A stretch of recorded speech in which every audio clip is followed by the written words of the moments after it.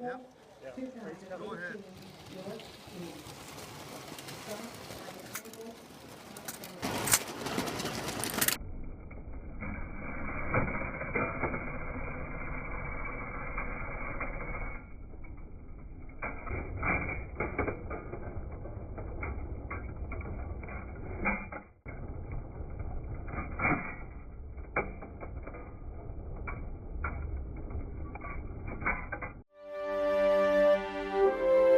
In 1800, the quickest way to send a letter was by horse-drawn mail coach, but it could take days to arrive. As the population became more literate, the volume of letters soared, so what was needed was a quicker, more efficient way of sending mail. In 1838, the introduction of mail trains provided a solution. Letters could now be conveyed in hours rather than days. This is all the post from Loughborough. Nice little feature, a ramp down the stairs for sliding down the bags of post in this case, or indeed any luggage. I suspect it's every child's dream. Well, I've seen a sign saying, don't use it as a slide. At the Great Central Rlwy in Loughborough, Peter is bringing this postal service back to life, helped by a team of enthusiasts. Right, last bag. I'm going to just take it around there, do we? Peter's helping Paul Harrison load the mail collected from the local area. We'll go in this door here. OK. We have to call out the destinations and then they're logged in on the train. Right, OK. So we've got Burton on Trent. Burton on Trent. First, the post was roughly divided into sacks for the different areas that the mail train was travelling to. She was just looking at the labels on top there. Yeah. Colville. Colville. Colville. Another Colville. Burton on Trent. Burton on Trent. Derby. And Derby again. So I'll get rid of this, and then we can jump on board. At a time when the people of Victorian London could expect up to 12 postal deliveries to their homes every day, and the suburbs around 6, speed was everything. In 1936, the role played by the railways in speeding up the postal system was immortalised in one of the first documentaries about working life, Night Mail. It tells the story of the postal special carrying mail through the night from London to Glasgow, complete with a W.H. Auden poem. This is the night mail crossing the border, bringing the check and the postal order, letters for the rich, letters for the poor, the shop at the corner of the girl next door, pulling up beat took a steady climb, the gradient's against her but she's on time. To make the service even faster, trains didn't just transport the mail. They featured a new innovation, the TPO, otherwise known as the Travelling Post Office. Now the mail could be sorted on the move, too. Derby. Leicester. Stafford. Each sorter has 48 pigeonholes, known as fillets, representing different towns. The mail must be sorted before the train reaches its first destination. TPO historian Brian Hallett is on hand to help. It's a race against time. So what do we do? Do you just take the bundles? Take the bundles. Yeah. With your trusty scissors, you... I left my trusty scissors at home. Thank you very much. And am I going stamps in, stamps out? Doesn't matter? Normally you do stamps out. So I didn't actually read that. In its heyday, the TPO workers picked up, sorted and delivered 500 million letters a year. These men were key to the efficient running of the country, ensuring mail got delivered on time. I suppose you must have got quite fast at this. The TPO sorters were among the fastest sorters in Royal Mail. So they were known for sorting up to 3,000 letters an hour. Per person? Per person. 3,000 letters an hour, what's that? That's 300 every 6 minutes. One a second. I mean, 3,000 letters an hour is an immense amount. I think I managed to get close to 1 a minute, and I suspect someone else is going to have to resort what I've done, because I kind of started losing track. These were the postal elite. They were faster, harder working and with the stamina to sort at speed against the clock. The people that worked on here, if you were doing the North East TPO and you were based in Newcastle, you'd travel down the first night on a passenger train and work back to Newcastle sorting that night. Yeah. The following night, you would work from Newcastle to London, sleep over in digs during the day, then you work the next night back to Newcastle. It must have been quite a tight-knit bunch of guys. Very much so. Can you imagine working with a bunch of people in the same coach for 5 nights of the week? You've got to get on. If you didn't get on, you didn't survive on the travelling post office. Yeah. Despite working at speed on a constantly moving train, there was no room for error. And the sorters were responsible for making sure their fillets were empty when they finished sorting. Right. And the cleaners would actually go through after the shift. If they found any letters, they'd get a bonus. And that bonus would come out of the sorter's salary. So you want to make sure they're fully clear, otherwise the cleaner's taking home more money. Yeah. Once sorted, the letters for the first mail drop are tied into bundles. Tying up the letters, pull the string all the way down? You pull the string down and cut off the length you need. Yeah. So these now go in here.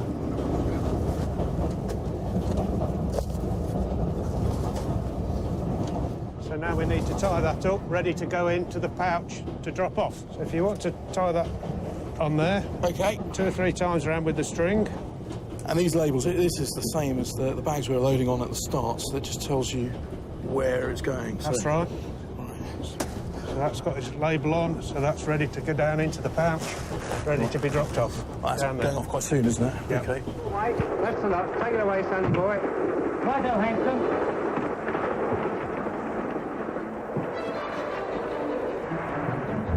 The TPO didn't just deliver and collect from stations. It also picked up and dropped off post at small towns and villages along the way, without the train even stopping.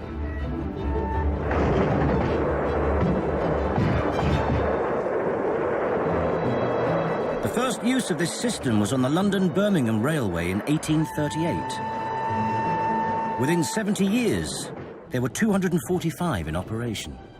So the first thing to do is get these flaps over, so you get a very neat package where nothing can come apart and you don't lose any of the mailbags. Final one. Imagine doing this all night long on a journey from Edinburgh to London. OK, so this is a quite constant process. I'm just getting worn out doing this one. So there you have one mail pouch ready for dispatch. Next, the mail pouch is attached to an arm on the outside of the train. Just pull. Strong pull. Some workers were so terrified of doing this, they paid a colleague to hang the bags out for them. Feels quite weird. So you bring the bag to the edge. Back to the edge. Bring the arm in. That flap just closes to stop it falling off. You do find that they will come off, so we put a piece of string around it just as an extra safety, so we don't drop the bag before we should do. Because that would just be a nightmare, I suppose. If the bag falls off before the drop zone, you've got to... Oh, how do you find it? Well, the people who are on the ground have to walk back up the track and find all the letters. So this piece of string is actually quite an essential bit of kit. Yes, yes. Further down the line, Ruth is getting ready for the TPO's mail to arrive. Oh, I see. And that's it, locked in place to collect the bags. So they're supposed to shoot in like there? As the train passes through, I certainly wouldn't like to be down that end when the bags come off the train. So the real thing is, stand well clear. Indeed, yeah. Right. As well as mail pouches being dropped off from the train, they could also be picked up. With help from TPO expert Phil Payne, she's preparing the mail ready for the train to collect. They ain't light, these bags, are they? No, they're not. I'll tell you what really I find interesting is how much they look like saddlebags. You know, they still got that form from the old stagecoach days, haven't they? Yep. It's leather made, you know, by a saddler. You know, There's a lot of work goes into these. It's all hand-stitched. Yeah, There's at least there'd be no other way to do it, would there? 6 layers in that. So many of these older crafts, you know, carry on a life in the automated railways for donkey's years. You couldn't find anything else to replace that kind of quality of leather to do the job that it's about to do.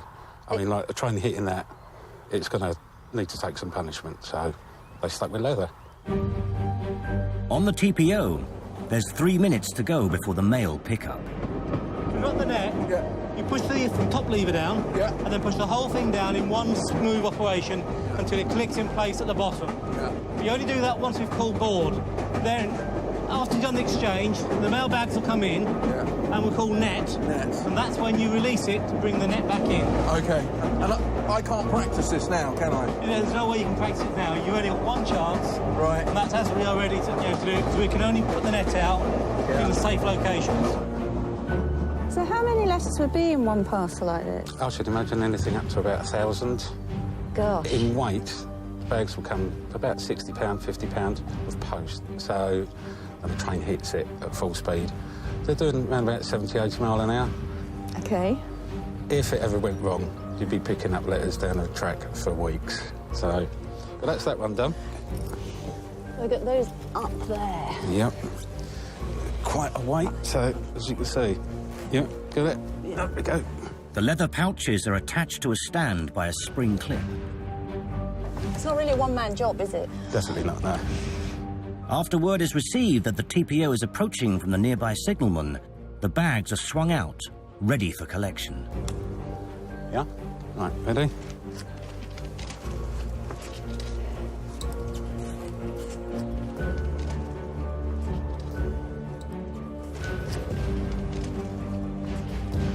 On the mail train, there's less than a minute to go before the pickup.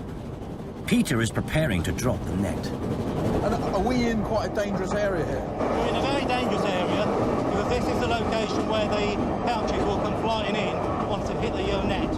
So the faster the train's going, the harder they come in? Yes, at 85 miles an hour, they could land anywhere from hitting the ceiling and onto the benches. The mail was picked up and dropped off simultaneously. On the postal special from London to Glasgow, these exchanges took place 34 times a night, so the crew had to know the route intimately. If the net is put out too early, it could hit a signal or a bridge. So the team looks for a trackside board, indicating the exchange apparatus is approaching. Right. You want to get to the net? So this is a lever? Yeah. And you're going to say? Well, one of my colleagues is going to shout board.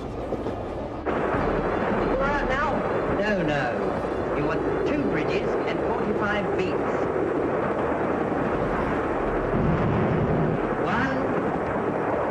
2, now. So go down now. Just put it down now. So all the way down. That's it. It's in.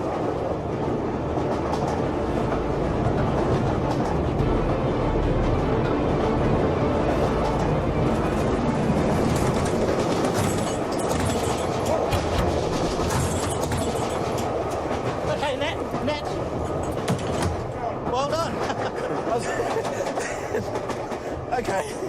It's all right, we've still got a net. Yes. Whoa! There you go. Yeah, I see what you mean about vigorous. Quite substantial, isn't it? Oh, it's remarkably physical. Something as light as a letter. Oh, my goodness. That was a flash, wasn't it? Yeah. All done very quickly. It's almost like magic. Suddenly, you know, these 2 parcels have miraculously appeared, and yeah, it's the mail ready to be sorted, I suppose. All ready to be sorted. Yeah, we can't just stand around, get home and get it out there and get it back out to the next stop. We need to get the lads working. Yeah. For over 130 years, TPOs worked across the country, picking up and dropping off mail. But as trains got faster, the exchanges became more dangerous. So in 1971, the service was scrapped. On a modern train, you can't even open the window these days.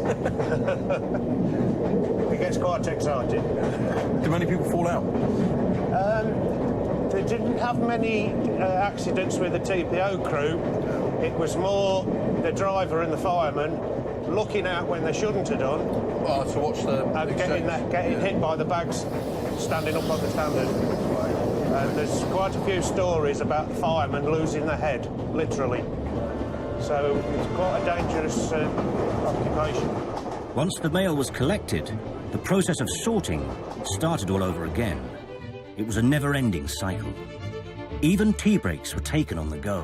Bill, first division, coming over. Undergoing, Bill. Harry, second division. Another one. The TPO crew ran from, say 9 at night until 6 in the morning. They had to eat. And so they provided them with basic, and they are basic, cooking facilities. Be careful, because it's hot. Because they didn't actually have a meal break while they were working. They'd carry on working, have their tea, pie, and carry on sorting. Do you fancy a pie? Thank you very much.